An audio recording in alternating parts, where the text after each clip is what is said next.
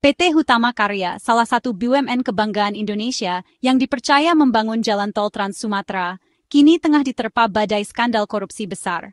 Perusahaan yang selama ini menjadi tulang punggung proyek strategis nasional, tiba-tiba menjadi sorotan tajam publik dan media. Kepercayaan yang selama ini dibangun, kini dipertaruhkan di tengah pusaran kasus yang mengguncang fondasi perusahaan. Komisi Pemberantasan Korupsi bergerak cepat. Mantan Direktur Utama, Bintang Prabowo bersama seorang pejabat tinggi lain resmi ditahan. Penangkapan ini menjadi bukti bahwa hukum tak pandang bulu, bahkan terhadap petinggi perusahaan negara sekalipun. Proses hukum berjalan di bawah sorotan publik, menandai babak baru dalam upaya pemberantasan korupsi di sektor infrastruktur. Penahanan para petinggi Hutama Karya menjadi tamparan keras bagi citra BUMN. Kejadian ini membuka borok lama yang selama ini tersembunyi di balik megahnya proyek strategis nasional. Masyarakat pun mulai bertanya-tanya, seberapa dalam praktik korupsi telah merasuki proyek-proyek vital negara. Proyek Tol Trans Sumatera, yang seharusnya menjadi urat nadi pertumbuhan ekonomi di Sumatera, justru tercoreng oleh praktik korupsi dalam pengadaan lahan. Alih-alih mempercepat konektivitas dan membuka peluang baru, proyek ini kini diwarnai kecurigaan dan ketidakpercayaan. Banyak pihak khawatir, dampak kasus ini akan meluas ke proyek-proyek lain yang sedang berjalan. Uang negara yang seharusnya digunakan untuk membangun negeri, diduga mengalir ke kantong pribadi lewat skema korupsi yang sistematis dan terorganisir. Modus-modus lama kembali terulang, mulai dari markup harga lahan hingga suap kepada oknum-oknum tertentu. Semua ini menambah panjang daftar kerugian negara akibat korupsi di sektor infrastruktur. Kerugian negara akibat kasus ini diperkirakan lebih dari 200 miliar rupiah.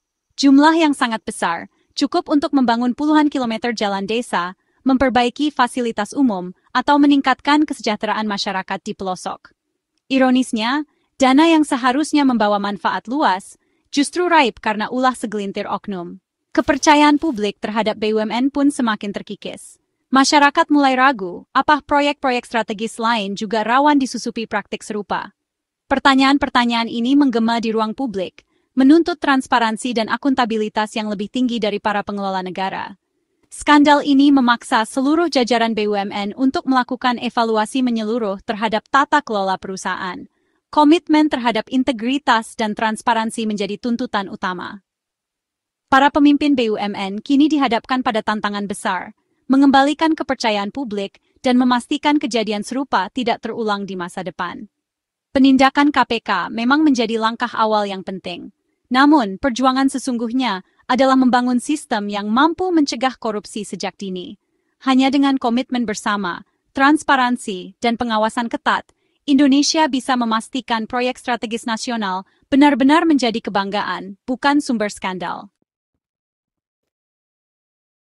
Di balik kasus besar yang mengguncang Hutama Karya, terdapat kisah rumit tentang kekuasaan, kepercayaan, dan pengkhianatan. Tidak hanya sekadar angka-angka di atas kertas, kasus ini melibatkan individu-individu yang memegang peran penting di balik layar. Mereka bukan sekadar nama, melainkan aktor utama yang menggerakkan roda korupsi dengan strategi yang terencana. KPK menyorot 3 aktor utama yang diduga menjadi dalang di balik pengadaan lahan bermasalah. Setiap langkah mereka diawasi, setiap keputusan mereka kini menjadi bukti penting dalam mengungkap skema korupsi yang merugikan negara.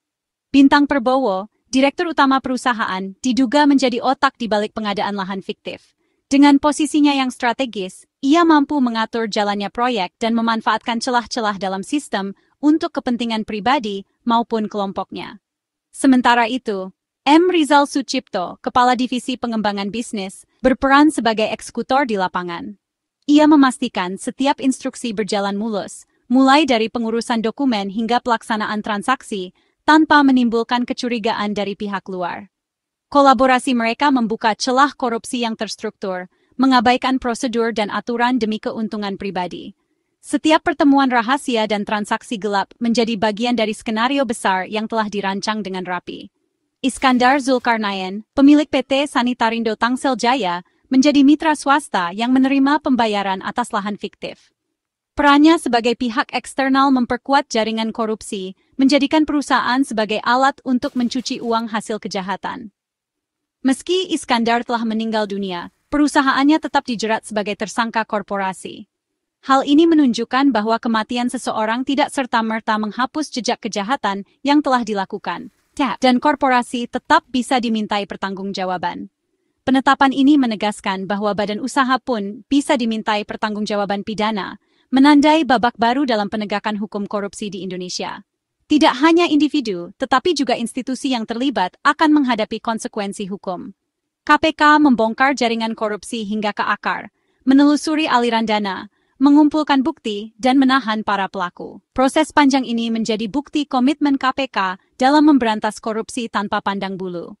Pesan yang ingin disampaikan jelas, tak ada yang kebal hukum. Siapapun yang terlibat, baik individu maupun korporasi, akan dimintai pertanggungjawaban di hadapan hukum demi keadilan dan masa depan bangsa. Jejak korupsi ini bermula pada April 2018. Sebuah bulan yang menandai awal dari rangkaian peristiwa gelap di balik meja-meja rapat. Saat itu, Bintang Prabowo baru saja diangkat sebagai direktur utama, membawa harapan baru bagi perusahaan, namun ternyata justru menjadi awal dari sebuah rencana jahat yang terstruktur rapi. Tak butuh waktu lama, ia langsung mengadakan rapat direksi yang tampak formal dan profesional. Namun di balik itu, rapat ini membahas pembelian lahan yang penuh kejanggalan. Dalam rapat tersebut, Bintang memperkenalkan Iskandar Zulkarnaen sebagai pemilik lahan yang akan dibeli, seolah-olah semua sudah direncanakan matang sejak awal. Anehnya, rencana pengadaan lahan ini sama sekali tidak tercantum dalam RKAP, dokumen perencanaan resmi BUMN yang seharusnya menjadi acuan utama. Ini jelas melanggar prosedur mendasar dan menandakan adanya niat tersembunyi di balik keputusan tersebut. KPK kemudian menemukan bukti bahwa notulensi rapat diduga dipalsukan. Dokumen-dokumen penting diedit dan diubah, menciptakan alibi seolah-olah semua proses berjalan sesuai aturan. Padahal, manipulasi ini dilakukan untuk menutupi pelanggaran yang sudah direncanakan sejak awal. Selama periode 2018 hingga 2020, pembayaran kepada PT STJ terus mengalir tanpa hambatan. Jumlahnya sangat fantastis, lebih dari 200 miliar rupiah uang negara digelontorkan, seolah-olah proses pembelian lahan berjalan normal. Dana negara itu digunakan untuk membeli lahan di dua lokasi strategis, Bakauheni dan Kalianda, Lampung. Semua dokumen tampak lengkap, seolah-olah tidak ada yang janggal. Namun ironisnya, meski pembayaran sudah lunas dan semua dokumen telah ditandatangani, Hutama Karya tak pernah benar-benar menerima pengalihan hak atas lahan tersebut. Tidak ada aset yang berpindah tangan. Uang negara sudah keluar dalam jumlah besar, namun aset yang dijanjikan tak kunjung datang. Negara dirugikan, dan aset yang seharusnya menjadi milik BUMN justru menguap begitu saja. Skema ini memperlihatkan betapa manipulasi administrasi dilakukan secara sistematis dan terencana. Setiap langkah, mulai dari rapat, dokumen, hingga pembayaran, telah diatur sedemikian rupa untuk menutupi jejak kejahatan yang terjadi di balik layar. Modus korupsi Hutama Karya, pengabaian total SOP, dan prosedur pengadaan. Tak ada studi kelayakan, analisis bisnis, atau penilaian independen, semua dilewati. Kantor jasa penilai publik tak dilibatkan, harga lahan ditentukan sepihak, membuka peluang markup. Pengadaan lahan tanpa rencana bisnis jelas, dana ratusan miliar keluar tanpa dasar kuat. Tujuan utama memindahkan uang perusahaan ke pihak ketiga secara ilegal. Pembayaran penuh dilakukan meski hak atas lahan belum diterima. Hutama Karya rugi ganda, uang hilang, aset tak didapat. Negara membayar untuk sesuatu yang tak pernah diterima. Negara rugi 205 miliar rupiah, dana publik lenyap tanpa manfaat. KPK bertindak tegas, Bintang Prabowo dan M. Rizal Sucipto ditahan, mencegah pelarian dan penghilangan bukti. KPK juga menyita aset lebih dari 100 bidang tanah dan 2 apartemen diamankan. Penyitaan ini penting untuk memulihkan kerugian negara. Para tersangka dijerat pasal korupsi dengan ancaman hukuman berat.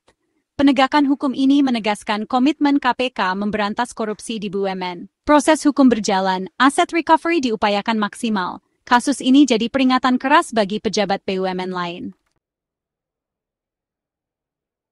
Manajemen baru Hutama Karya menyatakan komitmen penuh mendukung proses hukum KPK. Perusahaan bersikap kooperatif, transparan, dan siap membantu penyidikan. Langkah ini penting untuk membangun kembali kepercayaan publik. Hutama Karya juga mendukung program bersih-bersih BUMN, memperkuat tata kelola dan pengawasan internal. Manajemen menegaskan kasus ini adalah warisan masa lalu. Kini fokus pada perbaikan fundamental. Transformasi internal jadi prioritas agar perusahaan lebih bersih dan profesional. Skandal Hutama Karya jadi momentum penting program bersih-bersih BUMN. Penindakan hukum harus diikuti langkah preventif, membangun sistem yang menutup celah korupsi. Kolaborasi dengan lembaga pengawas dan penegak hukum diperkuat. Audit dan pendampingan hukum eksternal jadi lapisan pengawasan tambahan. Komitmen integritas dari pimpinan BUMN sangat krusial. Seleksi pimpinan berbasis rekam jejak dan integritas harus diperketat. Momentum ini harus dimanfaatkan untuk reformasi total tata kelola BUMN. Setelah penindakan, pencegahan korupsi jadi prioritas utama. Penguatan pengawasan internal dan digitalisasi proses bisnis mutlak diperlukan. E-procurement dan transparansi data mengurangi celah kolusi. Budaya integritas dibangun lewat pelatihan. Budaya integritas dibangun lewat fakta integritas. Budaya integritas dibangun lewat sistem whistleblowing yang aman. Perlindungan pelapor harus dijamin, setiap laporan ditindaklanjuti serius. Kerjasama dengan KPK, PPATK, BPKP, dan BPK diperkuat untuk pengawasan menyeluruh. Pencegahan adalah investasi terbaik untuk masa depan BUMN yang sehat. Kasus Hutama Karya adalah pelajaran pahit tentang bahaya lemahnya integritas. Proyek strategis nasional bisa hancur oleh kerakusan segelintir oknum. Tata kelola perusahaan yang baik harus jadi budaya, bukan sekadar formalitas.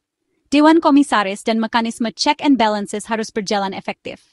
Publik dan media berperan penting dalam pengawasan BUMN. Reformasi total dan penindakan hukum harus berjalan beriringan. Harapannya, BUMN ke depan benar-benar jadi agen pembangunan yang efisien dan berintegritas. Perjalanan masih panjang, tapi langkah pembersihan ini harus terus dikawal bersama.